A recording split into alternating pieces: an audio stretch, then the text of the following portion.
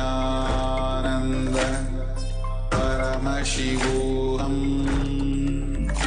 ॐ नित्यानन्द परमशिवोऽहम् ॐ नित्यानन्द परमशिवोऽहम् ॐ नित्यानन्द परमशिवोऽहम् ॐ नित्यानन्द परमशिवोऽहम् ॐ नित्यानन्द परमशिवोऽहम् ॐ नित्यानन्द परमशिवोऽहम् ॐ नित्यानन्द परमशिवोऽहम् ॐ नित्यानन्द परमशिवोऽहम् ॐ Nityanand Nityanandam, everyone. I welcome Nityanandam, everyone. I welcome you all with my love and respect. Let's start with Sadguru Vandanam. Bring your hands in front of your chest in Namaskara Mudra. Let's invoke the presence of Bhagavan Sri Nityananda Paramashivam, the current incarnation of Paramashiva himself. Nityanandam Paramasukadam Kevalam Jnanamurtim Dvandvatidam Gagana Sadusham Tattvamasyadilaksham Ekam Nityam Vimalamachalam Sarvadi Sakshibhudam Bhavatidam Trigunarahidam Satgurum Tam Namami. Let's proceed with Shivamula Mantra 11 times. Om Ham Haum Shivaya Namaha. Om Ham Haum Shivaya Namaha. Om Ham Haum Shivaya Namaha. Om Ham Haum Shivaya Namaha. Om Ham Haum Shivaya Namaha. Om Ham Haum Shivaya Namaha. Om Ham Haum Shivaya Namaha. Om Ham Haum Shivaya Namaha. Om Ham Haum Shivaya Namaha. Om Ham Haum Shivaya Namaha. Om Ham Haum Shivaya Namaha. Now let's start with Achamaniyam, the ritualistic cleansing. Take an Uttaniya water from the Panchapatram and pour it in your right palm.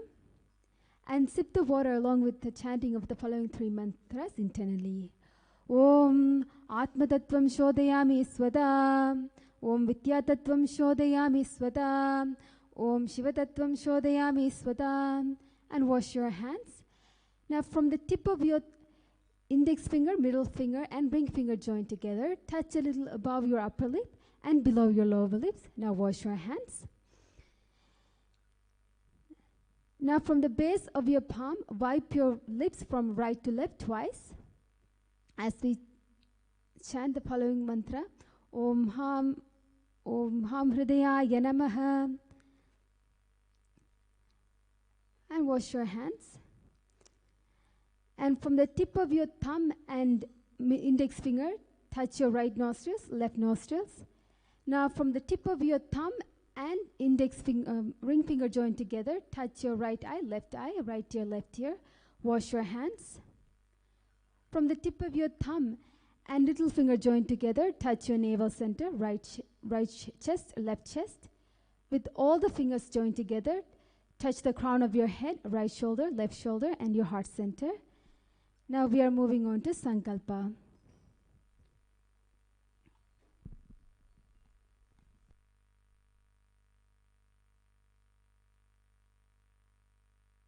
Dwara Shri Sadguru Preetya.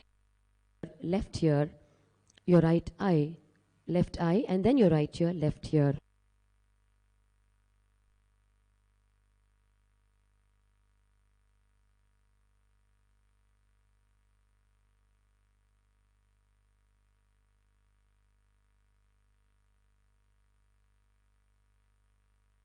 Enter into the Sankalpa Mantra.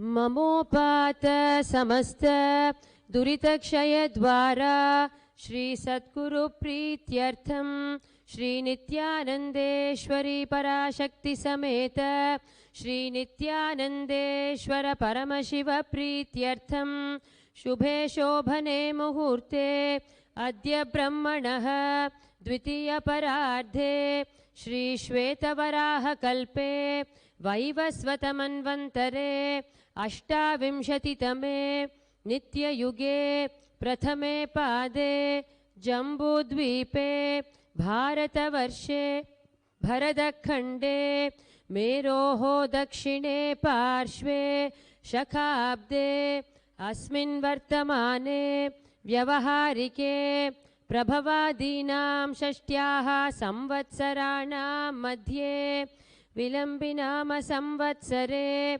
Uttarayane Lakshmi Venkateshwara Ritau Kumbhamase Shukla Pakshe Purnimayam Shubhatitau Mangalavasara Yuktayam Ashlesha Nakshatra Shobhana Yoga Vishtikarana Evam Guna Visheshana Vishishtayam Asyam Shubhatitau Shri Kailashonnata Dvadashanta Shamala Pitharudha Shri Meenakshi Sundareshwara Bhinna Swarupa Parashiva Putra Ratna Kumara Gurumanya Tulyavatara Shri Parvati Sthanyapana Labdha Divya Jnana Vishruta Sakala Nigama Gamasara Bhuta Dravida Veda Pravartre Shrimat Paramashiva Karuna Samadhikata Mukta Maya Chaturashrayana Giyamana Chhatra Chamara Shri Chinhaka Haladi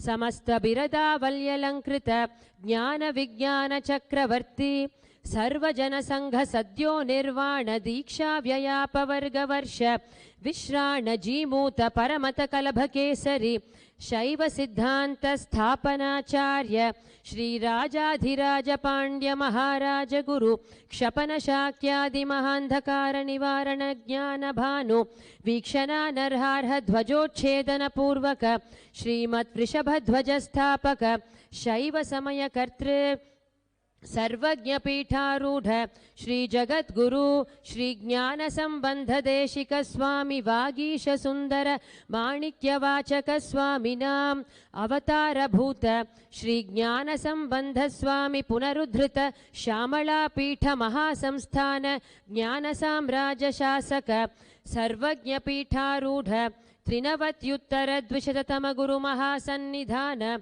Mahanirvani Pithasya Ashtotara Sahasra Shri Mahamandaleshwara Atala Pithasya Ashtotara Sahasratama Ashtotara Sahasra Shri Atala Pithadhishwara Dharma Mukti Swargapura Swarna Pithasya Trayovimsha Guru Mahasannidhana Shrimat Paramahamsa Parivrajakaacharya Varya Satchidananda Pranava Swarupa Shrotriya Brahmanistha Nityotsav Nitya Mangala Nitya Kalyana Nitya Rajita Nityananda Pitha Mahasamsthana Mahasimhasana Pitha Kartre Kailasa Punaruddharaka Jagat Guru Srila Shri Bhagavat Shri Nityananda Paramashiva Shri Jnana Sambandha Deshika Paramacharya Swamin Preetyartham Shri Sarvadeva Devi Swarupa Bhagavat Shri Nityananda Paramashivam Kripa Kathakshena Purana Arogya Yukta Dridhagatra Yogika Sharira Siddhyartham Paramashiva Shaktiya Vishkaranartham Sakutumbasya Jnana Vairagya Jivan Mukti Praptyartham Nityananda Yoga Abhyasam Karishye. Wash your hands. Om Apavupasprishya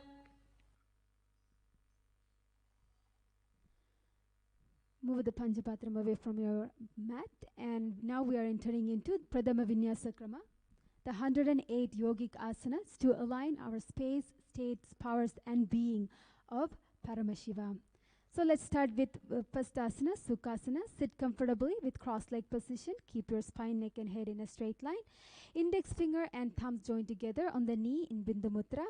Holding the breath after inhaling or exhaling, and concentrate on building the internal fire, which is called Samana Kumbhaka, and engage in all three bandhas.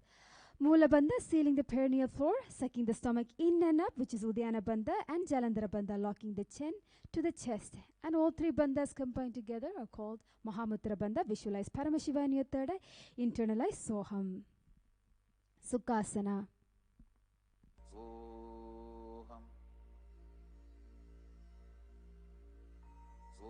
तत्सुखासनमित्युक्तम् अशक्तस्तत्समाचरेत् आसनं विजितं येन जितं तेन जगत्त्रयम्. In Padmasana, inhale, arms up, palms together in Namaskara Mudra, remain in Samana Kumbhaka, engage in Mahamudra Bandha, visualize Mount Kailash in your third eye. Parvatasana. अथ वक्ष्ये महादेव पर्वतासनमङ्गलं यत्कृत्वा स्थिररूपी स्यात् षट्चक्रादिविलोपनम्. Bring your arms down and hands in Parashumudra, legs extended, soles together. Exhale, forehead to the heels. Continue with Samana Kumbhaka. Hold the breath after inhaling or exhaling. By engaging in Mahamudra, visualize Swamiji in your third eye. Halipavasana. पूर्वविधिया होमे जानो उभे पगतली संपुटठानो पिष्टपछेदो उकरल्यावो दक्षिणकरसो वामगहावो पिष्टिहथेल्यां की है जोई अंसु सहित भूमिधरे सोई पुनिरलाटि भूपरिठाने एड्यां लगता माहियाने. Nagipavasana, inhale, rise up. Exhale, lean forward. Bring your soles together by your body. Elbows on the legs. Cup your palms on the floor in Anjali Mudra. Gaze at the tip of your nose. Maintain in Samana Kumbhaka. Mahamudra Bandhas engage. Visualize the snake in your third eye. Third eye, Nagipavasana.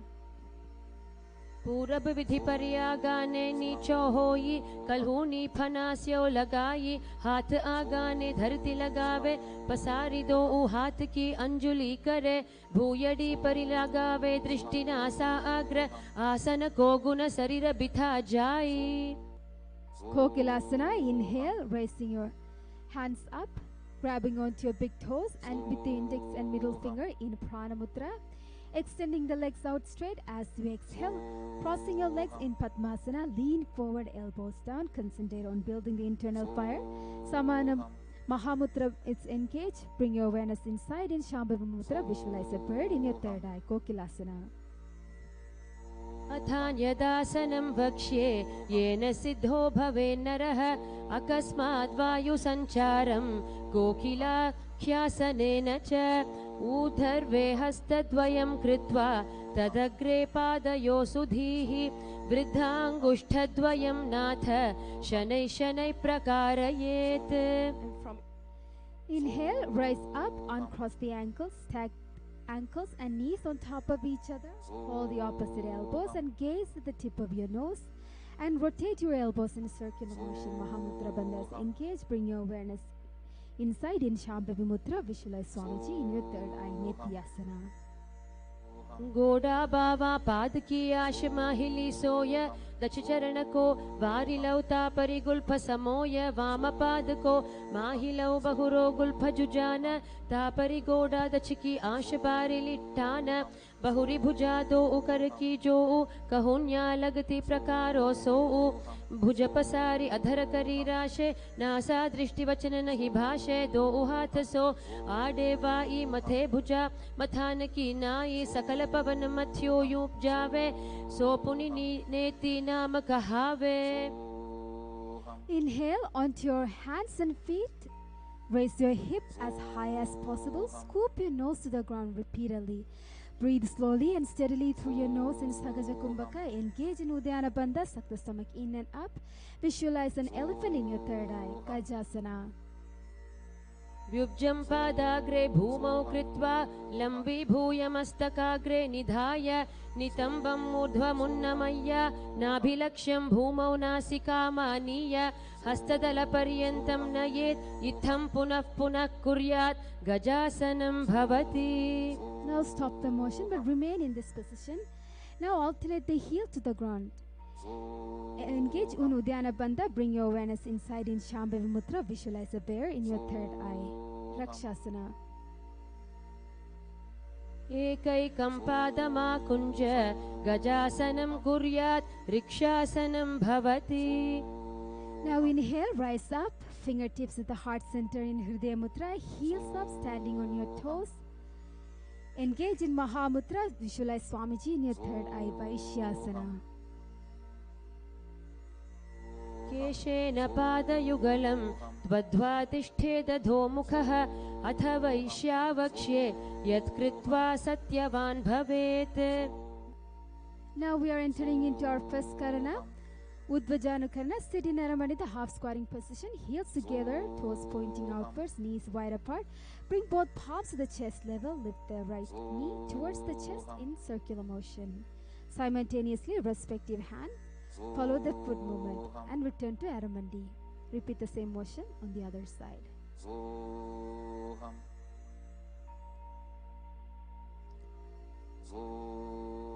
This is called Udvajanukarana.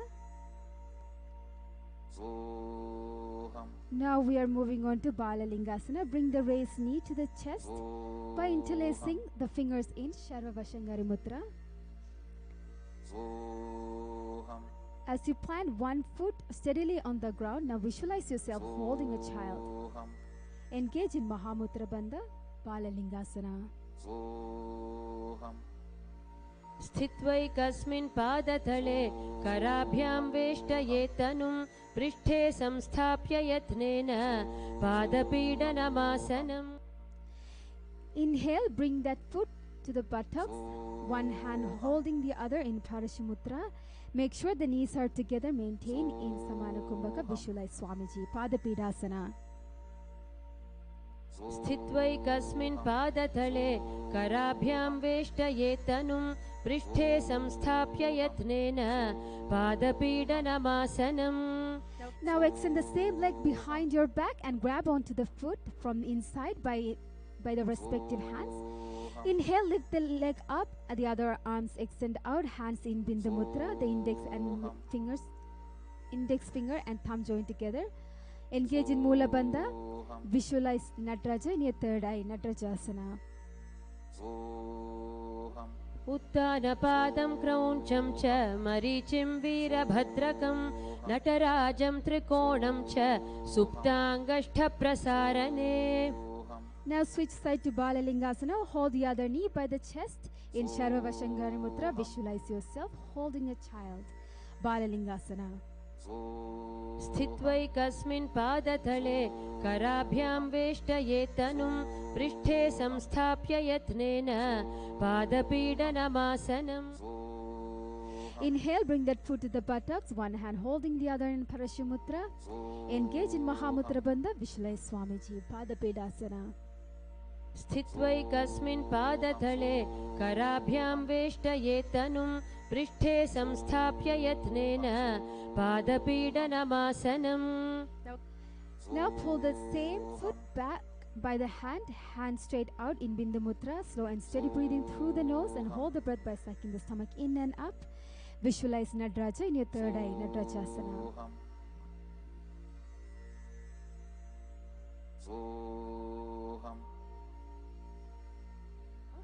उत्तानपादं क्रौञ्चं च मरीचिं वीरभद्रकं नटराजं त्रिकोणं च सुप्ताङ्गष्ठप्रसारणे. Now we are moving on to the next karana, Artarichita Karana. Sit in Aramani, the half squatting position. Now from this position, bring your right foot behind the left foot and raise the right heel up. Bring the left hand on the chest and right hand making a pendulum movement, which is called Harihasta. Make sure the fingers are moving inwards towards the palm and then outwards as the little finger leads. And the right palm is placed on the nose in Anjita Karana, then hand facing downside. And uncross the ankles. Heels together, we are getting ready for the skeleton dance. Skeleton dance is a technique that is revealed by Lord Paramashiva in the Agama. Here you are visualizing yourself as a skeleton and shake your body intensely.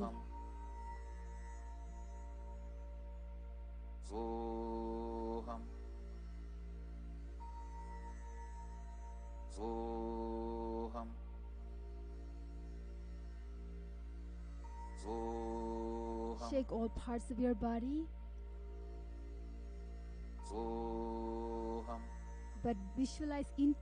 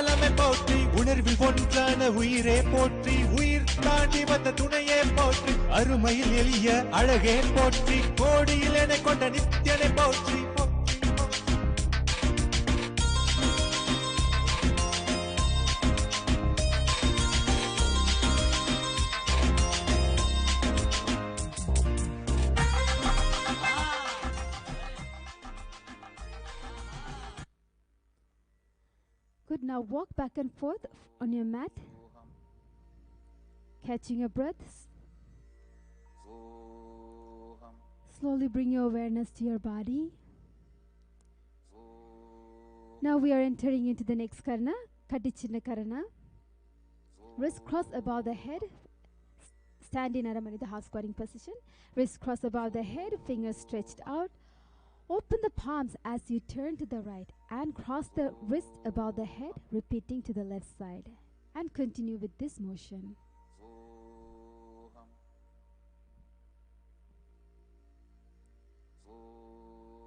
So Katichinna Karana. Now we are moving on to the Tadasana. Here the weight is optional. Stand tall.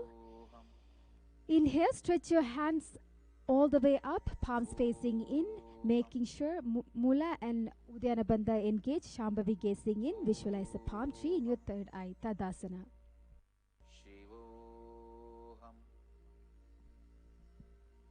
महामुद्राबद्धकोणौ ताडासनविभेदकान् विनोत्तानं सदा कुर्यादतर्पत्निपतिप्रिया. Now we are entering into the last Karana, Nikuntaka. Stand in Aramandi.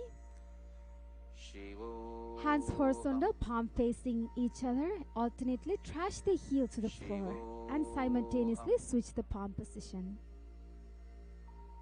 शिवोऽहम् शिवोऽहम् Now we are entering into Uttanasana. Exhale, lean forward and down. Reaching for the ground, hands by the feet. Inhale, chest up. Exhale, bring your head to the knee. Breathing through the nose and hold the breath by engaging in Mahamudra. Shambhavi gazing in. Visualize Swamiji in your third eye, Uttanasana. शिवोऽहम् मुद्राबद्धकोणौ ताडासनविभेदकान् विनोत्तानं सदा कुर्यादतर्पत्निपतिप्रिया. Tarakshvasana. Exhale, step or jump your feet back in plank position. Alternate the chin to the shoulders. Concentrate on building the internal fire, the Samana Kumbhaka. Here Jalandhara Bandha engage. Shambhavi gazing in and visualize Swamiji in your third eye. Tarakshvasana. गजासनवस्थित्वा मस्तकं वारं वारं दक्षिणकुक्षिं सव्यकुक्षिं नयेत् तरक्श्वासनं भवति. Now Bhujangasana. On exhale, lowering the body down on the ground, palms on the floor, below your shoulders, flatten the feet and lifting the chest up above the ground with the strength of the core. Breathe in through the mouth and through your throat in Bhujangani Mudra. Engage in Mahamudra. Visualize a cobra in your third eye. Bhujangasana. अंगुष्ठनाभिपर्यन्तं मधो भूमौ विनिन्यसेत् कराभ्यां च धरां धृत्वा ऊर्ध्वशीर्षः फणीवहि देहाग्निवर्धते नित्यं सर्वरोगविनाशनं जागर्ति भुजगी देवी भुजङ्गासनसाधनात्. Now tuck your toes and pressing your feet up, raising your hip up and alternate the knee to the chest level continuously and engage in Mula Bandha. Visualize Swamiji in your third eye, Sashasana. गजासन संस्थितौ जानुद्वयमाकुञ्ज्य वारं वारं कर्तव्यं शशासनं भवति. Radhasana. In the same position, step one foot between the hands and alternate the feet continuously by jumping. Engage in Mula Bandha. As you bring your awareness inside, visualize a chariot in your third eye, Radhasana. गजासन संस्थितौ एकैकं पादं पुरो मार्गेण भ्रामयित्वा कर्तव्यं रथासनं भवति. Virabhadrasana. One foot in between your hands, raise yourself up and keep your front knee bend in 90-degree angle and the other in 45, both hips facing forward.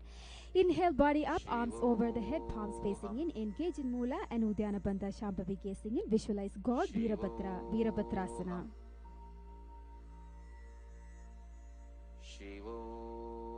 वासिष्ठमथ कौण्डिन्यं मूर्ध्वकुक्कुटमेव च अष्टावक्रमथोत्थानं मयूरं सेतुबन्धनम् उत्तानपादं क्रौञ्चं च मरीचिं वीरभद्रकं नटराजं त्रिकोणं च सुप्ताङ्गष्ठप्रसारणे.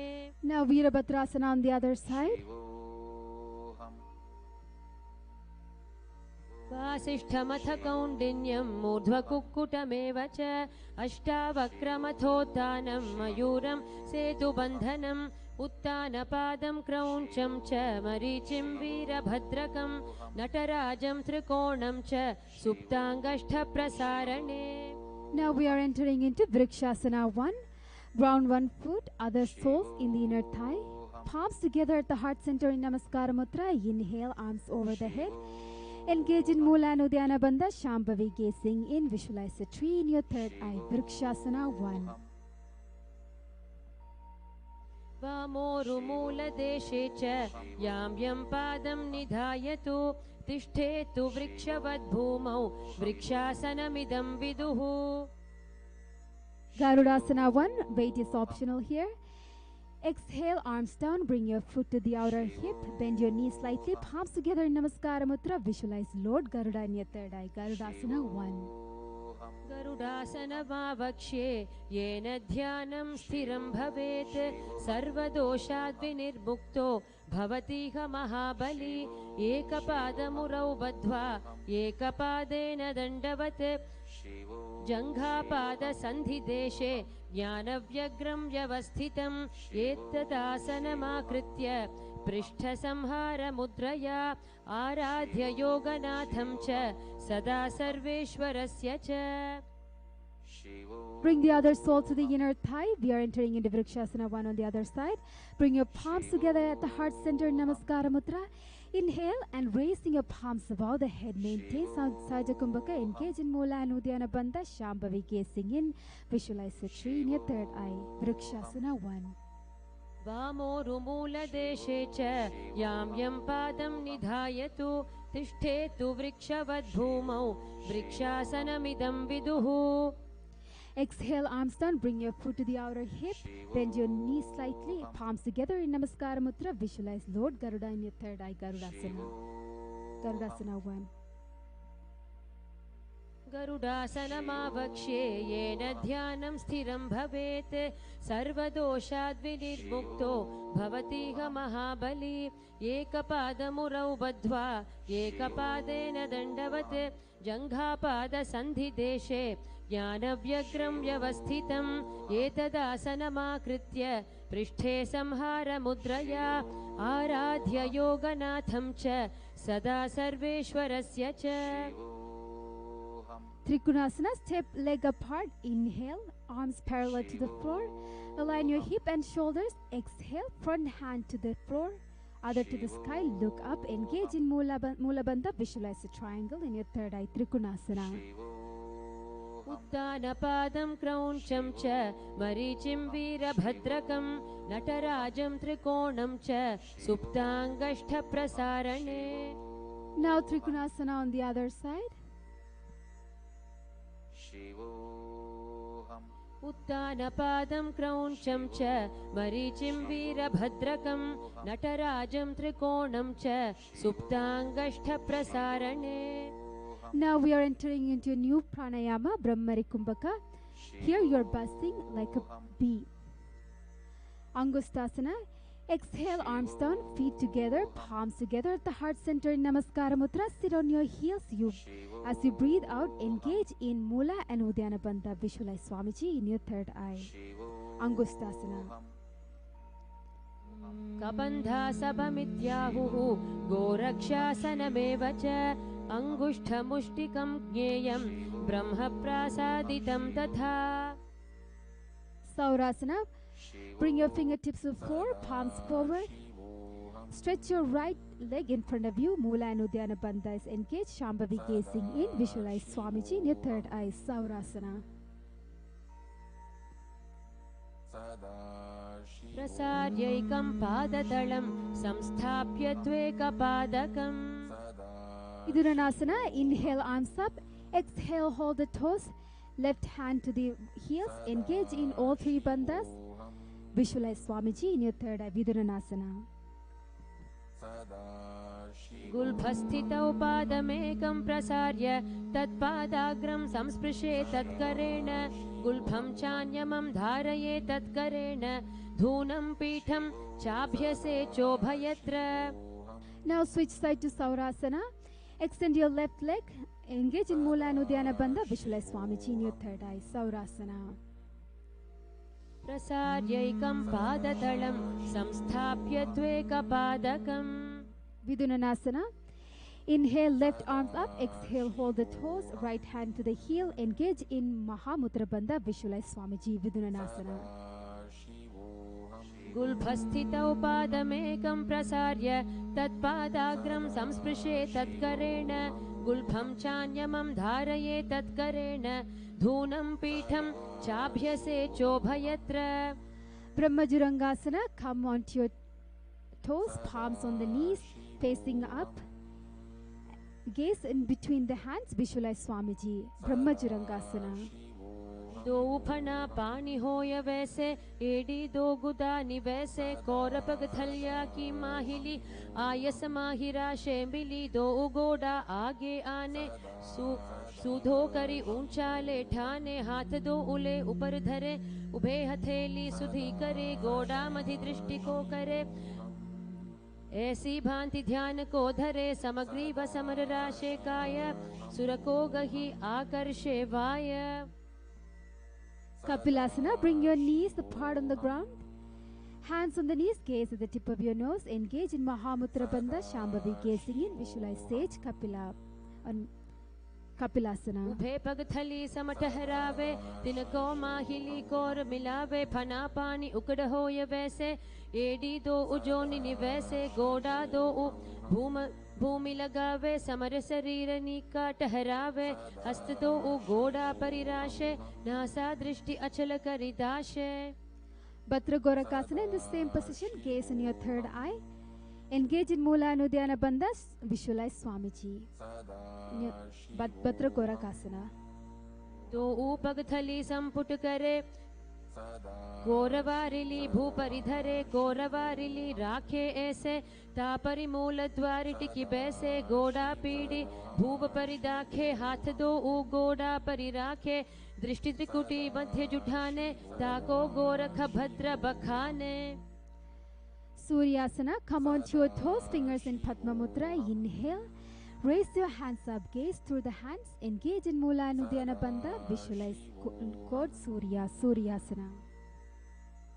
एडी दो उगुदा तरी आने फना पानी बैठक पुनिठाने गोड़ा जंग धर करी रहे आडे बाम इसी विधि कहे दो भुजा नभ दिशा पसारे कमल स्वरूप अंगुरी धारे पहुंचा मधि छिद्र पुनिठाने छिद्र विषय पुनि दृष्टि जु आने.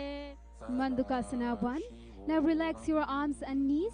Sit in between your heels. Keep your palms on the knees, making a circular movement of your tongue.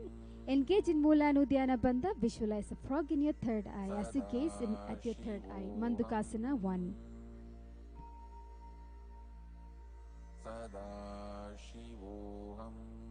पादतलौ पृष्ठदेशे अङ्गुष्ठे द्वे च संस्पृशेत् जानुयुग्मं पुरस्कृत्य साधयेन् मण्डुकासनम्. Mandukasana, inhale, arms up, hands to the opposite shoulder, continue rolling your tongue. Engage in Mahamudra Bandha, visualize a frog, gaze in your third eye. Uttana Mandukasana. मण्डुकासन मध्यस्थं कूर्पराभ्यां धृतं शिरः एतद्भेकवदुत्थानम् एकदुत्थानमण्डुकम्. Simhasana, exhale, bring your arms down, cross the right ankle over the left. Bring your hands on the knees, gaze at the tip of your nose. Inhale deeply. As you exhale, forcefully stick your tongue out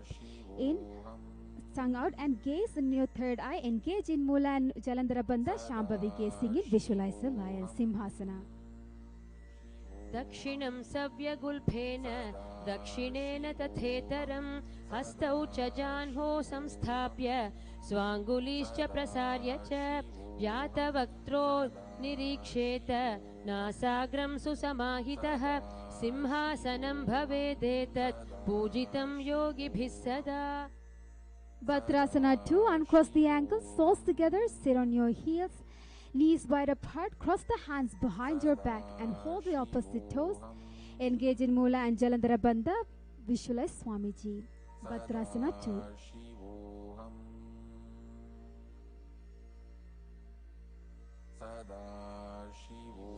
प्रथमे वैसक उकड़ ठाने दो हाथ पकाव्य छिजा आने तिनको मोड़ी नलिया परिल्यवे पिष्टि पछे का कसी करवे. Kabusandhyasana, squat on the flat feet and reach around your knees by locking the fingers behind. Gaze at the tip of your nose. Engage in Mula Bandha, Shambhavi, gazing in. Visualize a crow, Kakabusandhyasana.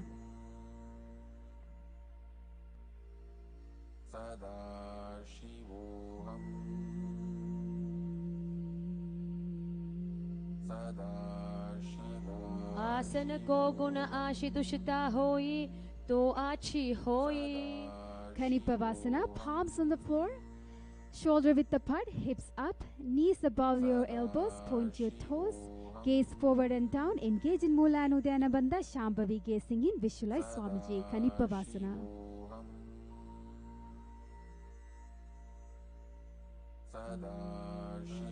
आसन को गुण आशी दुष्टा होई तो आछी होई.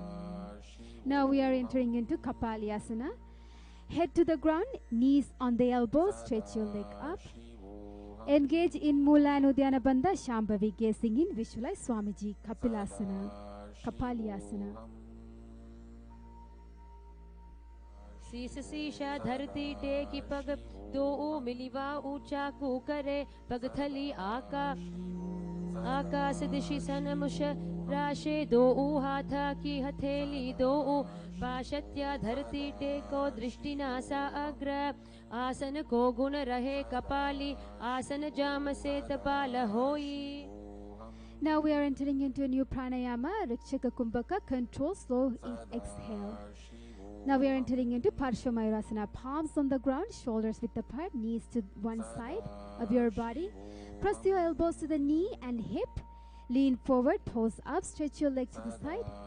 Engage in Mula and Uddiyana Bandha, Shambhavi Mudra. Gaze in your third eye, visualize a peacock. Parshvamayurasana. मयूरं दण्डवत् कुर्यान् मायूरं दण्डनामकं कुर्यान् मायूरं पार्श्वाभ्यां मायूरपार्श्वनामकम्. Parshvamayurasana on the other side. मयूरं दण्डवत् कुर्यान् मायूरं दण्डनामकं कुर्यान् मायूरं पार्श्वाभ्यां मायूरपार्श्वनामकम्. Now we are entering into Bhairaganathasana. Walk or jump into plank. Bring one leg over the shoulders, foot between the hands. Engage in Mula and Uddiyana Bandha, Shambhavi gazing in. Visualize God, Bhairaganathasana. आसन को गुण पीती जाई. Now Bhairaganatha on the other side. आसन को गुण पीती जाई. Unmukha Pita 2. From plank, press the forearms down, hips up on the toes. Engage in Mula and Uddiyana Bandha, Shambhavi gazing in. Gaze in your third eye, visualize Swamiji. Unmukha Pita 2. भून्यस्तौ जानुनिहस्तौ चतुष्पदमवाङ्मुखम् उत्थापिताङ्घ्रियुगल घटिस्थलमभिरुका. Now Vasisthasana. From plank, roll to a side. Align your hips and shoulders. One hand on the floor and other raise up. Look up past the hands. Engage in Mula and Uddiyana Bandha, Shambhavi gazing in. Visualize Sage Vasishta, Vashishasana. ऊर्ध्व कुक्कुट वासिष्ठ मरीचिहल मत्स्यकं परिवृत्तिं चोदरस्य विविधं धनुरासनम्. Now Vasishthasana on the other side. Here the weight is optional. कुक्कुट वासिष्ठ मरीचिहल मत्स्यकं परिवृत्तिं चोदरस्य विविधं धनुरासनम्. Now we are entering into Anjali Asana. From plank, jump forward, stretch your leg, flex your toes, sit on upturned palms. Engage in Mula and Uddiyana Bandha, gaze in your third eye, visualize God, Hanuman. Anjali Asana. दो कर की उभय हथेली कौरवारिली मेले भेली सो आंगाने भूपरिदाशे महाने अंगुली मिलिराशे अंगुष्ठ छीदाराशे दो E पुनः हथेली पिष्टि जुजोई तापरि मूल द्वार टिकी बैसे बहुरयो जुगति करे एक वैसे कहुन्या माहिली आशि मिलावे हाथ उत्र सौ लगिया रहावे बहुरो लावा पाव पसारे फना ऊर्ध्वयेडी भूधारे अंगुष्ठ अवर गुल्फ माहिला राशे गुड़िया करे नहीं शुला साधे नासा दृष्टि लगाई ताको हरस रोग सब जाई. Inhale, arms up. Exhale, chest forward and down, flat back. Hold the big toes in Pranamudra. Engage in Mahamudra Bandha. Visualize Swamiji. Paschimottanasana. जानुपरिललाटं तु पश्चिमं ताणमुच्यते येन केन प्रकारेण सुखं धार्यं च जायते. Ugrasana, inhale up, hands behind your neck, interlace the fingers in Sarvabhashangari Mudra. Exhale, chest forward, elbows hugging the knees, engage in Mahamudra, Shambhavi gazing in. Visualize Goddess Kali, Ugrasana. स्वपाणिभ्यां दृढं धृत्वा जानुपरिशिरोन्यसेते आसनोग्रमिदं प्रोक्तं भवेदनिलदीपनम्. Marichyasana, bend one knee to the chest, respective arms reach in and around the knees, clasp the hands behind, interlace the fingers in Sarvabhashangari Mudra, engage in Mahamudra Bandha, Shambhavi gazing in, visualize Sage Marichyasana. उत्तानपादं क्रौञ्चं च मरीचिं वीरभद्रकं नटराजं त्रिकोणं च सुप्ताङ्गष्ठप्रसारणे. Mahamudrasana, lower the knee to the floor. Inhale, arms up. Exhale, hold the big toes. Engage in Mahamudra, Shambhavi gazing in. Visualize Swamiji in your third eye. Mahamudrasana. डावा पग की AD जोई सीवन आनी लगा वे सोई दक्षिण पदला बोजु पसारे तामे आनी कांकसी धारे दो उशवा ऊर्ध सोधरे तिन सो फेरी अभ्यास जुकरे नासा दृष्टि आन ठहरावे महामुद्र नाम सो पावे. And switch to Marichyasana on the other side. Bring the other knee to the chest. Respective hands reach in and around. And interlace the fingers in Sarvabhashangari Mudra. Engage in Mahamudra Bandha. Visualize Sage Marichyasana. उत्तानपादं क्रौञ्चं च मरीचिं वीरभद्रकं नटराजं त्रिकोणं च सुप्ताङ्गष्ठप्रसारणे. Mahamudrasana, lower the knee to the floor. Inhale, arms up. Exhale, hold the toes. Mahamudra Bandha is engaged. Shambhavi gazing in. Visualize Swamiji Mahamudrasana. डावा पग की AD जोई सीवन आनी लगा वे सोई दक्षिण पतला बोजु पसारे तामे आनी कांकसी धारे दो उशवा ऊर्ध सोधरे तिन सो फेरी अभ्यास जुकरे नासा दृष्टि आन ठहरावे महामुद्र नाम सो पावे. Bhadrasana 1, soles together, heels under your body, hands hold the feet, engage in Moolanudhyana Bandha, Shambhavi gazing in. Gaze in your third eye, visualize Lord Kalabhairava. Bhadrasana 1. गुल्फौ तु वृषणास् न स्याध सीवन्या पार्श्वयोक्षिपेत् पादपार्श्वे तु पाणिभ्यां दृढं बद्ध्वा सुनिश्चलं भद्रासनं भवेदेतत् सर्वव्याधिविशापहम्. Valipavasana, extend the feet slightly, toes together, heels apart, hands on the knees, gaze at the tip of your nose, engage in Moolanudhyana Bandha, Valipavasana. पूर्व चरपट चौक कहियो सोई वाही विधि यो कीजी सोई यमे एडि भिन्नं जुराशे अंगुल 8 अंतरो राशे विभुग कंठ कूप मेठानो नासा अग्रदृष्टि कोठानो. Jnanasana, inhale, arms up, exhale forward, feet apart, near your body, hold the soles, exhale, elbows to the ground, gaze at the tip of your nose, engage in Moolanudhyana Bandha, visualize Yoni Mandala, Jnanasana.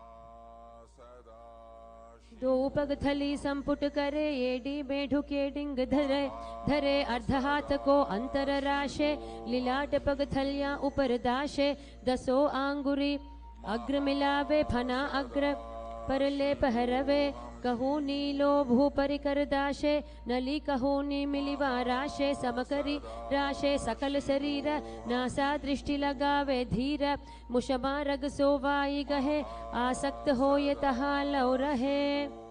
Midakipavasana 1, inhale up, heels together, toes apart, forehead to the heels, arms to the side, over the knees, palms on the floor, engage in Moolanudhyana Bandha, Shambhavi gazing in, visualize Swamiji.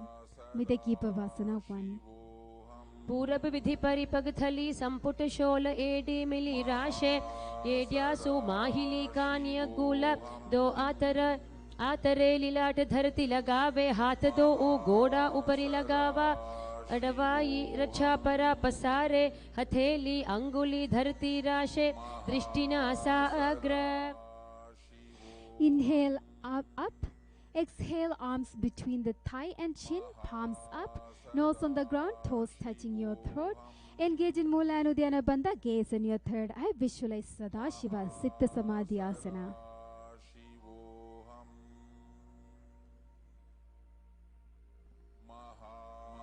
To उपगा Ki AD धरती मगिवा मेढ लगावे पगथली महिली कौर अंगूठा की सधी सुधी जोड़े बारिली कौर फना शुल्या राशे कहन्या की माहिली संधि गोड़ा उपरी राशे हाथा की अंगुली पिष्टि धरती टेके अंगूठा अग्रची दो धरती लगावे अगुलिया का अग्रमाही का निराशे दृष्टि नासा अग्र आसन को गुण नाग पवन बंध होई Chinakipavasana, inhale up, heels together, toes apart, feet open like a book, elbows on the knees. Engage in Mula and Uddiyana Bandha, gaze in your third eye, visualize Swamiji, Chinakipavasana. दो उपगा की एडी धरती मगिवा मेढ लगावे पगथली महिली कौर अंगूठा की सधी सुधी जोड़े बारिली कौर फना शुल्या राशे कहन्या की माहिली संधि गोड़ा उपरी राशे हाथा की अंगुली पिष्टि धरती टेके अंगूठा अग्रची दो धरती लगावे अगुलिया का अग्रमाही का निराशे दृष्टि नासा अग्र आसन को गुण नाग पवन बंध होई Charpata Chokasana, soles together, hands on the knees, press down. Shambhavi gazing in, engage in Mula and Uddiyana Bandha, gaze in your third eye, visualize Swamiji, Charpata Chokasana. तो उपगथली संपुट धारे आंगाने कर जारे पसारे गोड़ा भूसौ लगता राशे हाथ दो उगोड़ा परिदाशे आशी माहिली उपरि ठाने गोड़ा दावी भूमि परिताने दृष्टि त्रिकुटी राशे गोई चरपट चौक कहावे सोई Bhairavasana, lift the heels off the ground, toes down, knees wide apart, hands on the knees in Bindu Mudra, Shambhavi gazing in, engage in Mula and Uddiyana Bandha, visualize Lord Kala Bhairava. Bhairavasana. गुल्फौ सम्पीड्य चान्योन्यं व्युत्क्रमेणोत्थितं शनैः जान्वो पार्श्वगतौ हस्तौ दण्डवद् भैरवासनम् Samanasana, one heel at the perineum, other foot to the chest. Engage in Mula and Uddiyana Bandha, gaze in your third eye, visualize Swamiji, Samanasana.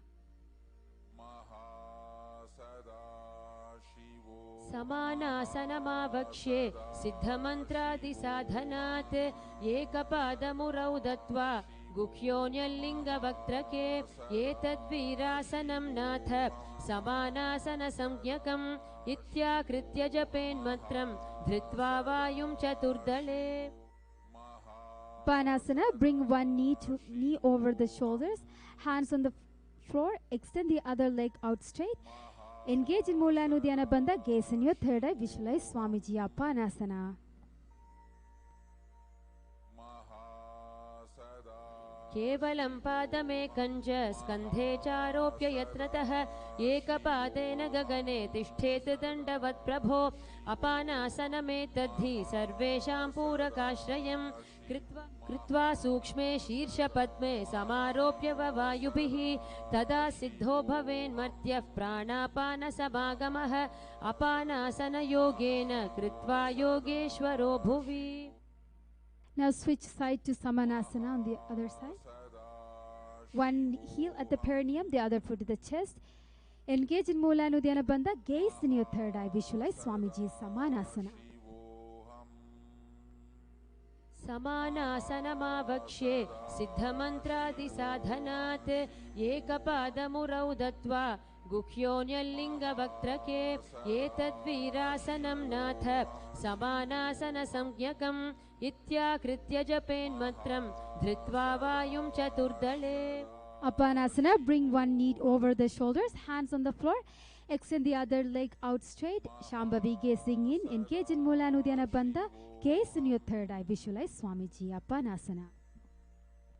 केवलं पादमेकञ्च स्कन्धे चारोप्य यत्नतः एकपादेन गगने तिष्ठेत् दण्डवत् प्रभो अपानासनमेतद्धि सर्वेषां पूरकाश्रयं कृत्वा सूक्ष्मे शीर्षपद्मे समारोप्य वायुभिः तदा सिद्धो भवेन्मर्त्यः प्राणापानसमागमः अपानासनयोगेन कृत्वा योगेश्वरो भुवि.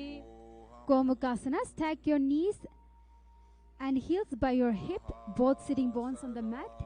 Palms claps on the knees. Engage in Mula Bandha. Gaze in your third eye. Visualize cow's face. Here we are entering into a new pranayama, Shitari. Press the tongue to the root of the teeth. Inhale, hissing the breath through the teeth. Exhale through the nose. Gomukhasana. सव्ये दक्षिणगुल्फं तु पृष्ठपार्श्वे नियोजयेत् दक्षिणेऽपि तथा सव्यं गोमुखं यथा. Anasyasana 1. Hold the big toes in Pranamudra, feet away from your body. Engage in Mula Nudyana Bandha. Gaze in your third eye. Visualize Goddess Anasurya. Anasyasana 1. दक्षिणगोडो नीचोठाने वावोता के ऊपर आने गोड़ा संधि मिलावे भारी आड़ा पद पुनी दे संधि पसारी दो उपद के अंगुष्ठ जोई दो ऊ करते पकड़े सोई नासा दृष्टि अचल करी रहिए अनसूया आसन यह कहिए. Anasyasana 2. Hold the hands behind the back in Parashumudra. Exhale, chest down. Chin over the knees, nose to the ground. Engage in Mula Nudyana Bandha. Visualize Goddess Anasurya. Anasyasana 2. जीवना गोदा की संधि उपरि डावा गोड़ा की संधि मिलाई राशे गोड़ा स्योले पगथल्यालो आडवाई सुधा राशे हाथास्यो पगा का अंगूठा पकड़े अथावा दो हाथ पाचाने करी काकसी करे मूल द्वार पाछे काकसी राशे नासिका धरती लगावे दृष्टि नासाग्र. Garudasana 3. Inhale up, top knee to the chest. Heels on the other foot, hands on the respective knees, spine straight. Engage in Mula Bandha. Gaze in your third eye. Visualize Lord Garuda. Garudasana 3. Davos पग मोड़ी AD माहिलो Gulf मूल द्वार नीचे दे बैसे जीमनी पगथली धरती टेकी गोडो ऊंचा उभव राशे पगथली माहिली core डावा गोड़ा अरूपीडी माहिली कानी लगावे हाथ गोड़ा उपरि राशे दृष्टि नासा अग्र.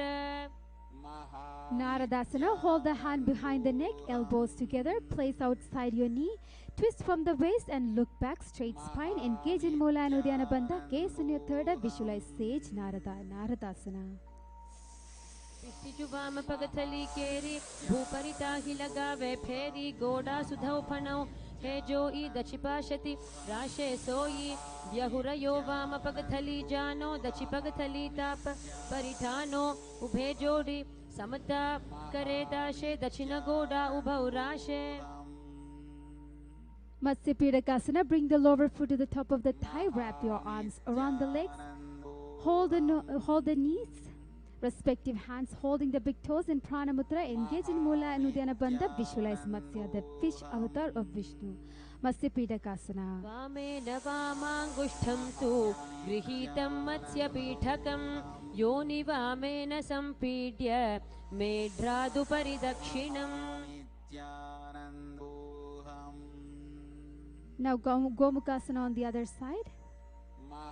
Stack your knees, heels by your hip, both sitting bones on the mat, palms clasping the knees. Engage in Mula Bandha. Gaze in your third eye. Visualize cow's face. Gomukhasana. सव्ये दक्षिणगुल्फं तु पृष्ठपार्श्वे नियोजयेत् दक्षिणेऽपि तथा सव्यं गोमुखं यथा. Anasyasana 1. Hold the big toes in Pranamudra. Feet away from your body. Engage in Mula and Uddiyana Bandha. Gaze in your third eye. Visualize goddess Anasurya. Anasyasana 1.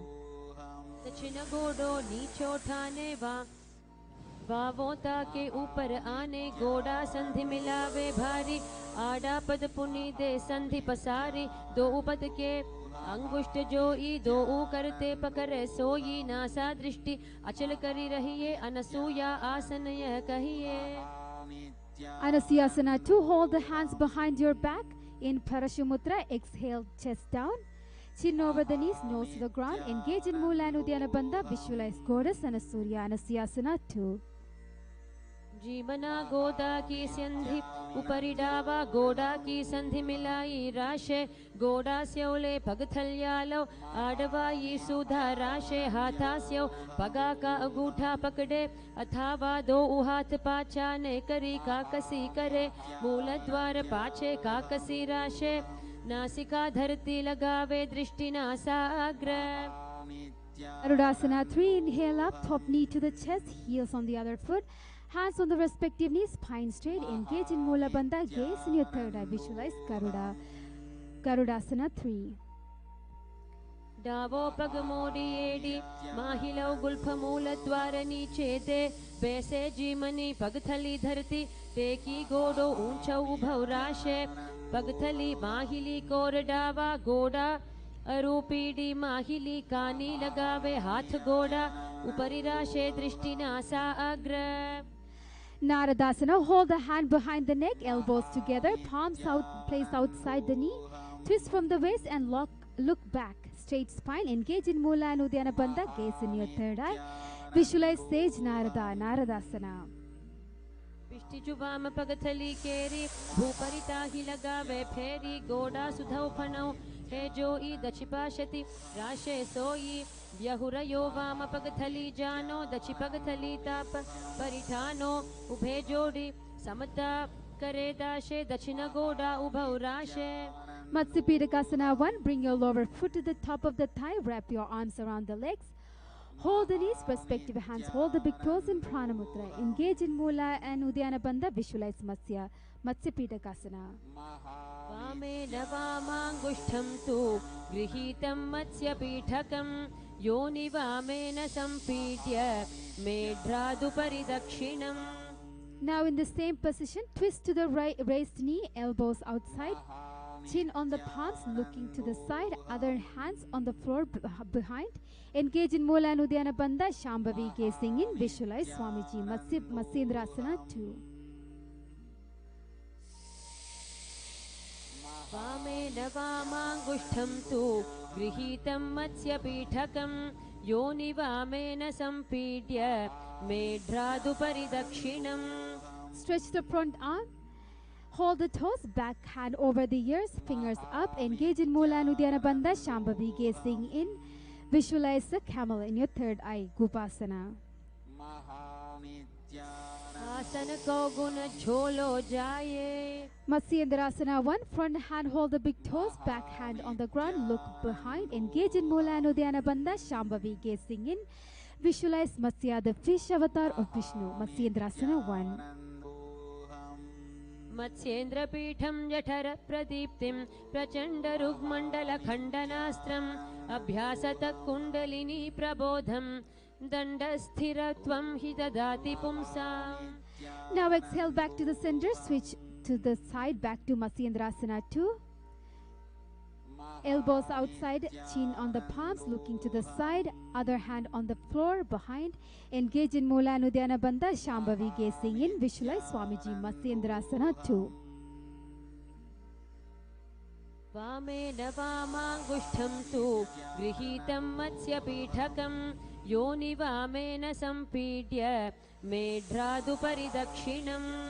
Kubhasana. Stretch your front arms, hold the toes, back hand over the ears, fingers up. Engage in Mula and Uddiyana Bandha. Shambhavi gazing in. Visualize camel. Kubhasana. आसन को गुण झोलो जाए. Matsyendrasana 1. Front hand hold the toes, back hand on the ground, look behind. Engage in Mula and Uddiyana Bandha. Shambhavi gazing in. Visualize Matsya, the fish avatar of Vishnu. Matsyendrasana 1. मत्स्येन्द्रपीठं जठरप्रदीप्तिं प्रचण्डरुग्मण्डलखण्डनास्त्रम् अभ्यासतः kundalini प्रबोधं दण्डस्थिरत्वं हि ददाति पुंसाम्.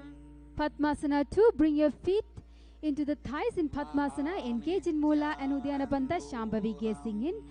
Visualize Goddess Lakshmi. Padmasana 2. आसनं द्विविधं प्रोक्तं पद्मं वज्रासनं तथा ऊर्ध्वोरुपरि चेधत्ते उभे पादतले यथा पद्मासनं भवेदेतत् सर्वपापप्रणाशनम्. Padmasana 4. Cross the arms. Hold the big toes in Pranamudra. Engage in Mula and Uddiyana Bandha. Gaze in your nose. Visualize Goddess Lakshmi. Padmasana 4. उत्तानौ चरणौ कृत्वा ऊरु संस्थौ प्रयत्नतः ऊरु मध्ये तथोत्थानौ पाणि कृत्वा तादृशौ नासाग्रे विन्यसे तुष्टिं दन्तमूलं च जिह्वया उत्तोल्य चिबुकं वक्ष उत्थाप्य पवनं शनैः यथा शक्त्या समाकृष्य पूरयेदुदरं शनैः यथा शक्त्यैव पश्चात् रेचयेद विरोधतः. इदं पद्मासनं प्रोक्तं सर्वव्याधिविनाशनं दुर्लभं येन केनापि धीमता लभ्यते परम्. Insert the arms through the legs, palms spread, lift the body up. Engage in Mula and Uddiyana Bandha. Visualize the rooster, Kukutasana. पद्मासनं सुसंस्थाप्य नानूर्वोरन्तरे करौ निवेश्य भूमावातिष्ठेद्योमस्थ कुक्कुटासनः. Now we are entering into a new pranayama, Sagaja Kumbhaka. Slow and steady breathing through the nose. Bandha Kekyasana, up on the knees, palms on the floor, fingers facing you, elbows onto the abdominal. Lean your body onto the elbows. Lift your knee and head up. Engage in Mula and Uddiyana Bandha. Gaze in your third eye. Visualize Goddess Lakshmi. Bandha Kekyasana. धरामवष्टभ्यकरद्वयेन तत्कूर्परि स्थापितानि भपार्श्वः उच्चासनौ दण्डवदुत्थितख्ये मयूरमेतत् प्रवदन्ति पीठं मयूरं पद्मकं कुर्यात् बद्धकेकीति कथ्यते. Mayurasana. Extend the legs behind, floating the feet. Shambhavi gazing in. Engage in Mula and Uddiyana Bandha. Visualize the peacock. Mayurasana. अथ वक्ष्ये महादेव मयूरासनमुत्तमं भूमौ निपात्य हस्तौ द्वौ कूर्परोपरि देहकं कूर्परोपरि संस्थाप्य सर्वदेकं स्थिराश्यः केवलं हस्तयुगलं निपात्य भुवि सुस्थिरः. Makarasana. Lay on the floor, forehead to the ground. Clasp the hands behind the head. Open the legs, toes to the side. Engage in Mula Bandha. Visualize a crocodile Makarasana. अध्यास्य शेते हृदयं निधाय भूमौ च पादौ च प्रसार्यमाणौ शिरश्च धृत्वा करदण्डयुग्मे देहाग्निकारं मकरासनं तत्. Salabhasana. Hands on the ground under your shoulders. Raise your thigh up. Legs together. Engage in Mula Bandha. Visualize a loka Salabhasana. अध्यास्य शेते करयुग्मवक्षो भूमिमवष्टभ्य करयोस्तलाभ्यां पादौ च शून्ये च वितस्ति चोर्ध्वं वदन्ति पीठं शलभं मुनीन्द्राः. Press the heel to the buttocks, lift the chest, squeeze your abs and mouth, engage in Mula Bandha, visualize a camel Ustrasana.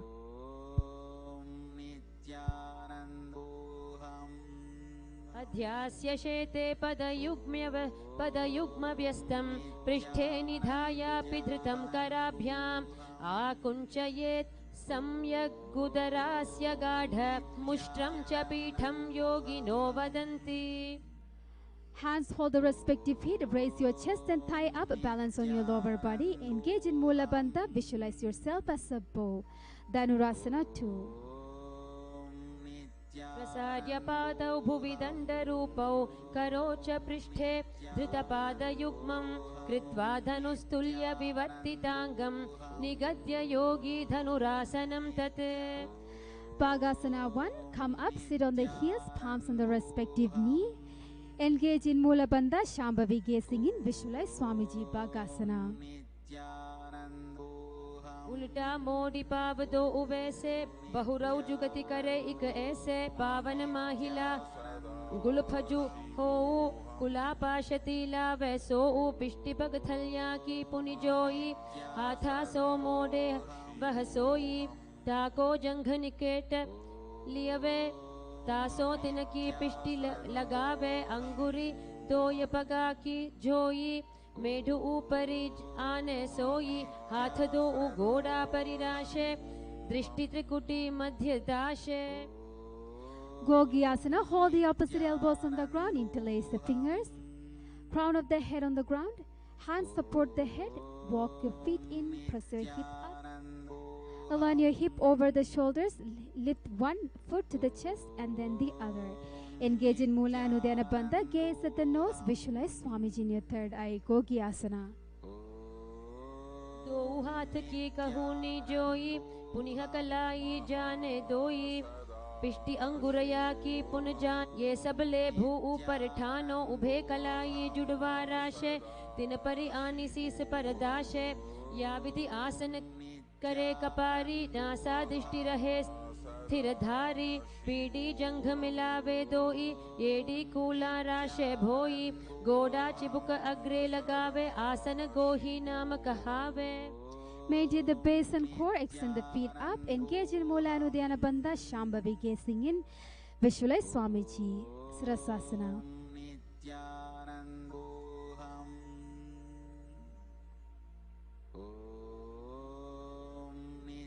परितं मण्डलं च द्विधैव विदितं हिनः दण्डासनं द्विधा प्रोक्तं विपरीतोपवेशने सर्वाङ्गशीर्षभागास्तु षट्षष्टि प्रथितास्तु ते.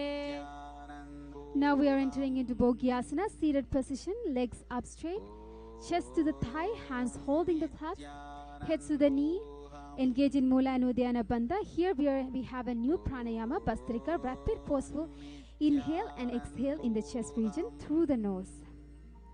And Shambhavi gazing in, visualize Swamiji in your third eye, Bogyasana.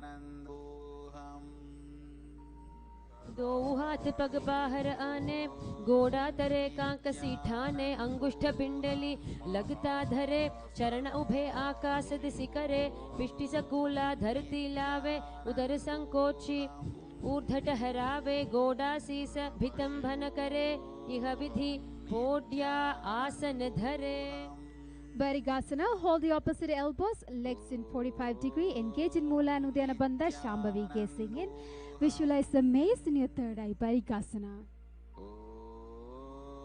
उत्तानं शयनं कृत्वा पादौ मिलित्वा प्रसार्य नितम्बं भूमौ स्पृष्ट्या हस्ताभ्यां कन्धरा बद्ध्वा कुम्भकं कृत्वा तिष्ठेत् परिघासन भवति. Naukasana, maintain the legs, forearms to the ground. Engage in Mula and Uddiyana Bandha. Visualize the boat in your third eye, Naukasana. उत्तानशयनं कूर्पराभ्यां भूमिवष्टभ्यहस्तौ नितम्बं निधाय शिर ऊरु जङ्घापादान् दण्डवत् धारयेत् नौकासनं भवति. Rudrasana 2, sit up, soles together, feet to the chest. Shambhavi gazing in, Mahamudra Bandha is engaged. Visualize Lord Rudra, Rudrasana 2.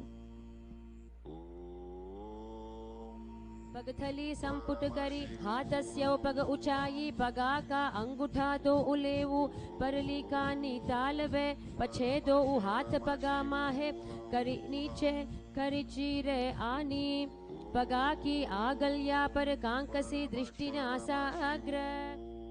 Unmugapita 1, lay on your back, knees bend, feet and hands on the floor. Press the hip up, exhale, retain the breath. Engage in Mula and Jalandhara Bandha. Visualize Swamiji in your third eye. Here you are having new pranayama, Sagaja Kumbhaka, slow and steady breathing through the nose. Unmugapita 1. ऊर्ध्वे च जनुनी कृत्वा शवितोर्ध्वमुखं तथा उत्थाप्य हस्तौ तिष्ठेतु पीठ उन्मुख नामके. Now stretch out your arms and legs, completely relax. Visualize Lord Shiva, and your third eye continuously chant internally Om Paramashivoham. We enter into the last asana, Shivasana. उत्तानं शववद्भूमौ शयनं तु शवासनं शवासनं श्रान्तिहरं चित्तविश्रान्तिकारकम्. Completely relax your body, bring awareness to every cell. Paramashivoham. Om Paramashivoham. Om Paramashivoham. Om Paramashivoham. Om Paramashivoham. Now start to wiggle your fingers and toes. Stretch your arms and legs to side to side. Paramashivoham. Rock yourself up in a comfortable seated position. Head, neck and spine in a straight line. Hands in front of the chest. In your heart, in Namaskara Mudra. We will close with the Purna Mantra.